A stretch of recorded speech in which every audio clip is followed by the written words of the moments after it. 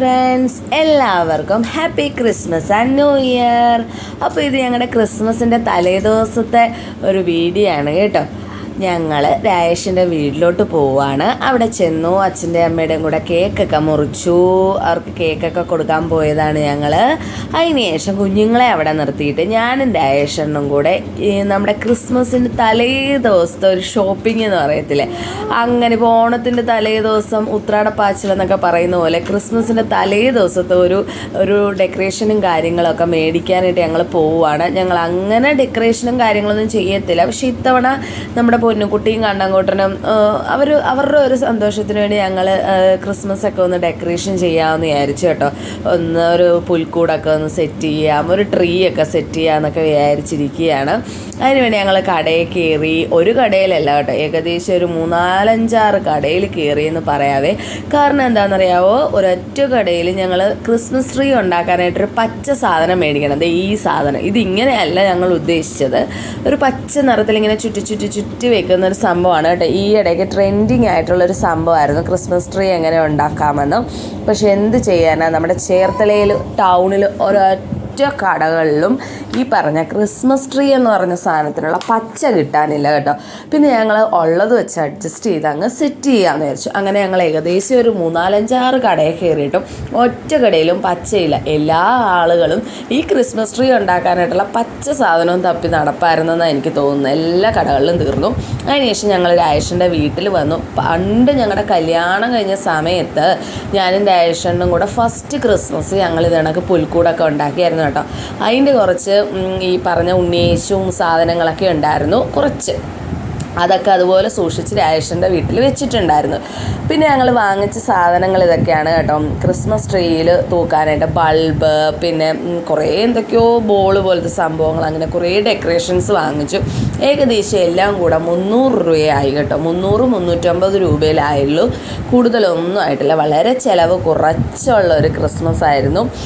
Christmas decorations ആയിരുന്നു ഞങ്ങൾ വാങ്ങിച്ചത്. ഈ നമ്മൾ ചുറ്റുന്ന ഈ സാധനമില്ലേ, ഇതിന് 70 രൂപയുള്ളൂ കേട്ടോ. പിന്നെ ഞങ്ങളിതേ 3 മടലല്ലല്ലോ, ഓലയുടെ സംഭവമില്ലേ, അത് വെട്ടി രായേഷണം വെച്ചിട്ടുണ്ടായിരുന്നു. അതിങ്ങനെ ട്രയാങ്കിൾ ഷേപ്പിൽ വെച്ചിട്ട് ചുറ്റിച്ച് ഡെക്കറേഷൻ സാധനങ്ങൾ, നമ്മൾ ആ തിളങ്ങുന്ന ചുറ്റിക്കുന്ന സാധനങ്ങൾക്കൊക്കെ ഏകദേശം 30 രൂപയൊക്കെ ഉള്ളൂ കേട്ടോ. പിന്നെ 2-3 സ്റ്റാർ വാങ്ങിച്ചു. 15 രൂപയുടെ സ്റ്റാറ്.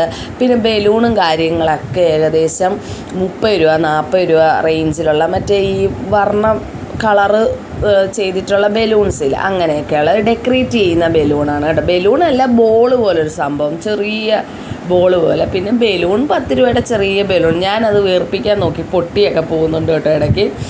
അങ്ങനെ ഞങ്ങൾ ഏകദേശം രാത്രി ഒരു 8 മണിക്ക് തുടങ്ങിയ പരിപാടി 12 മണിയായപ്പോഴാണ് കേട്ടോ. കറക്റ്റ് 12 മണിയായപ്പോൾ നമുക്ക് ഉണ്ണിയേശുവിനെ പുൽക്കൂടിൽ വെക്കാൻ സാധിച്ചു. അതിനുശേഷം ഞങ്ങളിത് പുൽക്കൂട് റെഡിയാക്കുകയാണ് കേട്ടോ. ഞങ്ങൾ ഒരു ബസ് ബോർഡ് വെട്ടിയൊക്കെ ഒരു കടയിൽ നിന്ന് ഞങ്ങൾ ഒപ്പിച്ചായിരുന്നു കേട്ടോ. പിന്നെ രായേഷിനെ പെയിൻ്റൊക്കെ വാങ്ങിച്ചു കേട്ടോ. അതിൻ്റെ വീഡിയോസൊന്നും എടുക്കാൻ പറ്റിയില്ല. കണ്ണൻകുട്ടനും പൊന്നുകുട്ടീനെയും കൊണ്ട് പോരുന്ന വഴിയാണ് കേട്ടോ ഞങ്ങൾ പെയിൻറ്റ് വാങ്ങിച്ചത്. കാരണം ഞങ്ങൾ മറന്നുപോയി പെയിൻറ്റ് മേടിക്കുക. പിന്നെ അവരെ വിളിച്ചുകൊണ്ട് വരുന്ന വഴിയാണ് പെയിൻ്റൊക്കെ വാങ്ങിച്ചത്. അങ്ങനെ ഇതേ പുൽക്കൂടിനുള്ള സംഭവങ്ങളൊക്കെ സെറ്റ് ചെയ്യാണ് കേട്ടോ.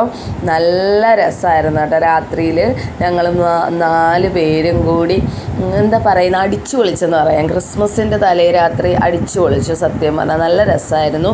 ഇങ്ങനെ കുറേ നേരം പുൽക്കൂടിൻ്റെ റെഡിയാക്കുന്നു, ക്രിസ്മസ് ട്രീ റെഡിയാക്കുന്നു, ഇങ്ങനെയൊക്കെ ഉള്ളൊരു മെമ്മറി അടിപൊളിയാണല്ലോ. ഇങ്ങനെയൊക്കെ ഉള്ളൊരു മൊമെൻറ്റ് വരുമ്പോൾ നമ്മളിതുപോലുള്ള സമയങ്ങളൊക്കെ നമ്മുടെ ഫാമിലിയായിട്ട് ഇങ്ങനെ എൻജോയ് ചെയ്യുമ്പോൾ ഒരു പ്രത്യേകതയാണ്. ഇത് കറക്റ്റ് 12 മണിയായപ്പോൾ ഉണ്ണിയേശുവിനെ ഞങ്ങൾ പുൽക്കൂടിൽ വെച്ചു കേട്ടോ. നമ്മുടെ രായേഷണം പറയുന്നത് തലേദിവസം ആണ് ഇതെല്ലാം സെറ്റ് ചെയ്യേണ്ടതാണ്. എൻ്റെ അഭിപ്രായം കുറച്ച് നേരത്തെ സെറ്റ് ചെയ്യണമെന്നാണ്. കാരണം വേറൊന്നും കൊണ്ടല്ല, നമുക്ക് ഇത് കുറച്ച് ദിവസം കാണാം, ഒരു രസമല്ലേ ഇങ്ങനെ വീടിൻ്റെ വാതിക്കൽ ഇങ്ങനെ കുറച്ച് ദിവസം ഇത് ഇരിക്കുന്നതാണ്. ഇനി എന്തായാലും 2-3 ദിവസം കഴിയാതെ ഞങ്ങളിതെടുത്ത് മാറ്റത്തില്ല കേട്ടോ.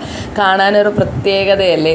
ഇഷ്ടപ്പെട്ടവരെല്ലാവർക്കും ഞങ്ങൾ ഉണ്ടാക്കിയ പുൽക്കൂടും ക്രിസ്മസ് ട്രീയൊക്കെ പെട്ടെന്ന് തട്ടിക്കൂട്ടാവുന്നതാണ്. പക്ഷെ പുൽക്കൂട് എനിക്ക് ഒരുപാട് ഇഷ്ടപ്പെട്ടു കേട്ടോ. ക്രിസ്മസ് ട്രീയെക്കാട്ടിലും എനിക്ക് ഒരുപാട് ഇഷ്ടപ്പെട്ടത് പുൽക്കൂടാണ്. നമ്മുടെ രാജേഷന് ഇങ്ങനെയൊക്കെ ചെയ്യാനായിട്ടൊരു പ്രത്യേക കഴിവുണ്ട് കേട്ടോ. അത് എനിക്കില്ല, ഉള്ള കാര്യം പറയാമല്ലോ. എനിക്ക് ഇങ്ങനെയൊന്നുള്ള കാര്യങ്ങളോ ഇങ്ങനെ പടം വര അങ്ങനെയൊന്നും എനിക്കറിയില്ല. നമ്മുടെ രാജേഷന് നന്നായിട്ട് പടം വരയ്ക്കാനും ഇതുപോലുള്ള സംഭവങ്ങളൊക്കെ സെറ്റ് ചെയ്യാനൊക്കെ നന്നായിട്ട് അറിയാം കേട്ടോ. അങ്ങനെ ഞങ്ങൾ ഉള്ള ഈ ഉണ്ണിയേശു സെറ്റ് ഉണ്ടല്ലോ അതൊക്കെ വെച്ചിട്ട് ഞങ്ങൾ ഒരു പുൽക്കൂടും ക്രിസ്മസ് ട്രീ ഒക്കെ ഉണ്ടാക്കി.